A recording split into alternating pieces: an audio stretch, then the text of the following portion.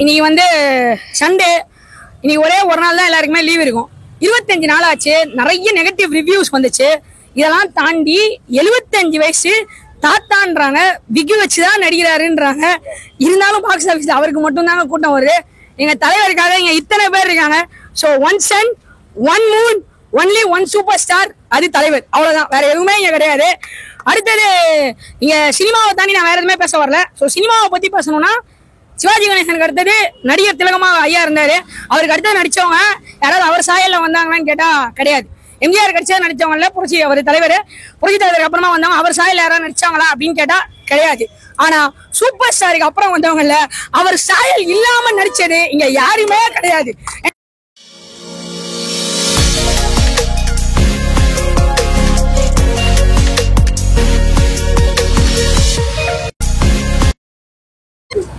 இன்னைக்கு வந்து சண்டே. இன்னைக்கு ஒரே ஒரு நாள் தான் எல்லாருக்குமே லீவ் இருக்கும். 25 நாள் ஆச்சு. நிறைய நெகட்டிவ் ரிவ்யூஸ் வந்துச்சு.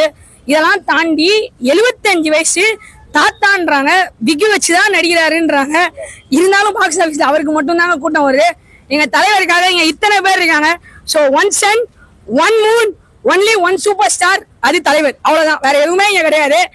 அடுத்தது இங்க சினிமாவை தாண்டி நான் வேற எதுவுமே பேச வரல. ஸோ சினிமாவை பத்தி பேசணும்னா சிவாஜி கணேசனுக்கு அடுத்தது நடிகர் திலகமா ஐயா இருந்தாரு. அவருக்கு அடுத்தது நடிச்சவங்க யாராவது அவர் சாயல்ல வந்தாங்களான்னு கேட்டா கிடையாது. எம்ஜிஆர் கட்சியா நடிச்சவங்கல்ல புரட்சி அவர் தலைவர், புரட்சி தலைவருக்கு அப்புறமா வந்தவங்க அவர் சாயல் யாராவது நடிச்சாங்களா அப்படின்னு கேட்டா கிடையாது. ஆனா சூப்பர் ஸ்டாருக்கு அப்புறம் வந்தவங்கல்ல அவர் சாயல் இல்லாம நடிச்சது இங்க யாருமே கிடையாது. ஏன்னா இங்க அவரு ரெக்கார்டு பிரேக்கர் கிடையாது, எங்க ஐயா ரெக்கார்டு மேக்கர். புரியுதுங்களா? அவர் மேக் பண்ண ரெக்கார்ட் தான் இங்க பிரேக் பண்ண ட்ரை பண்ணிட்டு இருக்காங்க. அதுக்கு ஏற்கனவே அண்ணன் சொன்ன மாதிரி, பல்ல சொன்ன மாதிரி யாராவது பிறந்துதான் வரணும். புரியுதுங்களா? இல்லைன்னா இங்க ஒண்ணுமே நடக்காது, பிறக்கவும் முடியாது. பிறந்த தீபி அடுத்த ஜென்மத்துல எங்க ஐயாவே தான் பிறக்கணும், எங்க தலைவர் தான். அப்புறம் நிறைய பேர் கேட்கிற கேள்வி, அது என்னங்க தலைவர் அவர் என்ன பண்ணாரு, உங்களுக்கு ஏதாவது பண்ணிட்டாரா, ஏதாவது உங்களுக்கு சம்பாரிச்சதுல பாதி கொடுக்க போறாரா, எதுக்கு நீங்க இதெல்லாம் கத்திக்கிட்டு இருக்கீங்க, ஏன் இப்படி பண்றீங்க? இன்னைக்கு நான் வந்திருக்கேன், எல்லா வேலையும் விட்டுட்டு தான் வந்திருக்கேன். I am working as a teacher. படிச்சிருக்கேன், உனக்கு அறிவு இல்லையான்னு கேக்குறாங்க. நான் என்ன கேக்குறேன், படிச்சதுனாலதான் எனக்கு இவ்வளவு அறிவு இருக்கு, எனக்கு இவ்வளவு தெரியுது. நான் என்ன சொல்றேன்னா, ஒன் டைம் அப்ரடைட் சவுத் ஆப்பிரிக்கால ஒரு கருப்பின மக்களை எதிர்க்கிறாங்க. அதே மாதிரி இந்தியாவில நடக்குது. கருப்பா இருக்கிறவங்க இங்க நடிக்க முடியாதுன்னு சொல்றாங்க. அது எல்லாத்தையும் உடைச்சிட்டு அன்னைக்கு அவர் உடைச்ச கேட்டு தாங்க, அன்னைக்கு அவரை உடைச்ச கேட்ல தான் இன்னைக்கு அத்தனை நடிகர்களும் வந்திருக்காங்க. இன்னைக்கு கேட்ட உடைச்ச அத்தனை பேர் வந்திருக்காங்க. இன்னைக்கு இங்க நாங்க வந்திருக்கோம். மதராசி படம் ஓடுது, இன்னைக்கு எத்தனையோ படம் ஓடுது. அத்தனை பேரும் முதல்ல யார் ஃபேனுன்னு கேட்டா சூப்பர் ஸ்டார் ஃபேனு. அதுக்கு அப்புறம் தான் அவங்க சினிமாக்குள்ளே வராங்க. சினிமாக்கு வரத்துக்கு பல பேருக்கு இன்ஸ்பிரேஷன் கேட்ட உடைச்சு ஓபன் பண்ணது எங்க சூப்பர் ஸ்டார் தான்.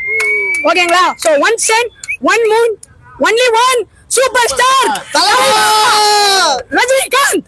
அவரு ரஜினிகாந்த் வீடியோஸ் பார்த்திருப்பீங்க, ஜிம் ஒர்க் அவுட் பார்த்திருப்பீங்க. எங்க தலைவர் ரஜினிகாந்த்ல ஆராகாந்த் 75 வயசுல அந்த வைப்ரேஷன்ல எங்க தலைவர் கட்சி ஆறவே தெரியலன்னு வச்சுக்காங்க. நீங்க என்ன வேணா சொல்லுங்க, யார் வேணா என்ன நெகட்டிவ் ரிவ்யூஸ் வேணா பேசட்டும். ஆனா எங்க தலைவர் தலைவரா வா. சோ சூப்பர் ஸ்டார் மட்டும்தான் தங்க தலைவர். எல்லா தலைவரும் அவர் தாங்க. ஏன் நீங்க வேற பிரேக் த்ரூ பண்றதுக்கு வேற யாராவது பிறந்து வரட்டும். அதுதான். வேற கொஸ்டின்ஸுக்கு ஜெயிலர் 2 பத்தி கேட்டீங்கன்னா இதை விட இன்னும் டபுள் ட்ரிபிளா இருக்கும். டபுள் ட்ரிபிளா நீங்க எதிர்பார்ப்பீங்க. நாங்க கடைசியா வந்து இந்த இடத்துல ஜெயிலர் டீசர் அப்டேட் வரப்போ கிட்டத்தட்ட 4 வாட்டி இங்க ட்ரெய்லர் ப்ளே பண்ணாங்க. நாங்க 2 பேர் 8 வாட்டி பார்த்தோம். கண்டினியூஸா பார்த்துட்டு வந்து எங்களுக்கு ஒரு இடத்துல கூட போர் அடிக்கல. அதே மாதிரி டெக்னிக்கலா வந்து ஜெயிலர் 2 அப்டேட் எப்படி இருந்துச்சுன்னா, ஜெயிலர் 2 அப்டேட்ல பறக்குறாங்க, எல்லாரும் மேல பறக்குறாங்க. பறக்கிறதுல கூட பிட்டா தெரியுறாங்க, ஆளுங்க பறக்கிறது தனியா தெரியுது. இவ்வளோ டெக்னிக்கல்லாம் யாரு கொண்டு வராங்கன்னா இங்க முதல்ல கொண்டு வர்றது தலைவர் தான். எல்லாத்துலயுமே முதல்ல ஆடியோ லான்ச்சா இருக்கட்டும், முதல்ல ஒரு விஷயத்த இங்க யார் செய்யறதுனா வேற யாராவது செய்றீங்கன்னு நீங்க சொல்றீங்கன்னா கிடையாது. அதை முதல்ல அப்டேட், ஒரு படத்துக்கு அப்டேட் வருதுன்னா அதுவே இவ்வளவு பெருசா வருதுன்னா அது தலைவர் படத்துக்கு மட்டும்தான். அதுதான். இன்னும் வேற பாலிடிக்ஸ் பத்தி எல்லாம் எதுவும் பேசல.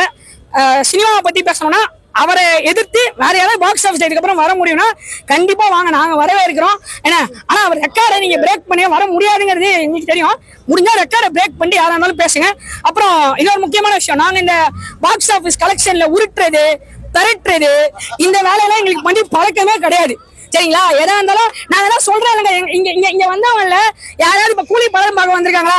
கிடையவே கிடையாது. எங்களுக்கு அந்த டைட்டில் கார்டு போதும், அந்த 3 லெட்டர் போதும். இந்த 3 லெட்டர் எங்க தலைவர் இருக்காரு, எங்களுக்கு அது ஒண்ணு போதும். எங்களுக்கு வேற ஒண்ணுமே வேணாம். நாங்க அதுக்காக தான் இத்தனை பேர் இங்க வந்திருக்கோம். வந்திருக்காங்க. அப்புறம் நான் இதுல பாலிடிக்ஸ் இருக்கிறேன்னு நினைச்சேன். ஒரே ஒரு சின்ன விஷயம், எங்க தலைவர் யார் மாதிரியோ வந்து காலத்தின் கட்டாயம் என்ன சூழ்நிலை அப்படின்னு சொல்லி மாறுறவர்லாம் கிடையாது. எதா இருந்தாலும் உண்மையா பேசிட்டு போறவரு. வரலாறு படிச்சவங்களுக்கு தெரியும். நினைச்சிருந்தா 96 நாங்களா சிஎம்மா வந்திருக்கோம், ரைட்டுங்களா? அதனால எங்கள்கிட்ட அரசியல் பத்தி எல்லாம் பேசாதீங்க. நாங்க பாலிடிக்ஸ் பார்க்க நாங்க வரவே இல்லை. அதனால இந்த சின்னஞ்சிரி காலம் நெத்தி முளைச்சவங்க இதை பத்தி பேச விரும்பல.